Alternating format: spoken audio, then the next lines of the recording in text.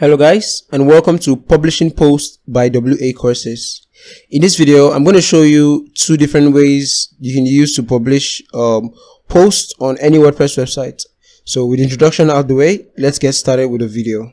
So there are basically two ways you can publish a post. You can do that from the editor, or you can do that from your post section over here. Okay, so I'm just going to do that here. So once you've added your content and you've added your featured image and everything is ready to publish a post, simply come up here and click on the publish button.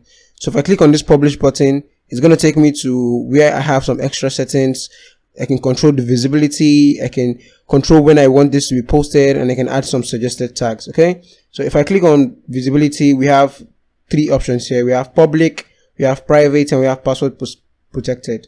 So for public, if I publish this, anyone on internet will be able to access this post and be able to read all the content. If I click on private, it's only going to be visible to site admins and editors. Okay, so the general public won't be able to access this, just your site admins and editors.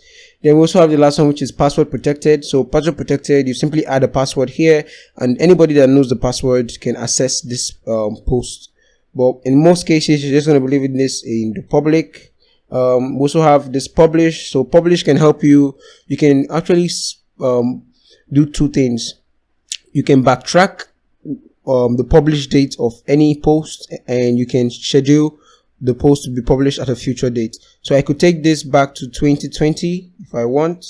So if I take this to 2020, it's going to publish this and set the publish date of this article to 2020, even if 2020 has passed.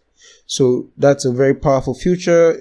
And I can also publish this at a future date. So if I want this to be published at a future date, I can just come over here and put 2022. So it's going to publish this next year. Okay, I can set time, I can set AM or PM, I can set the month and all that. So it's very, very flexible, but I'm just going to leave this at 2021.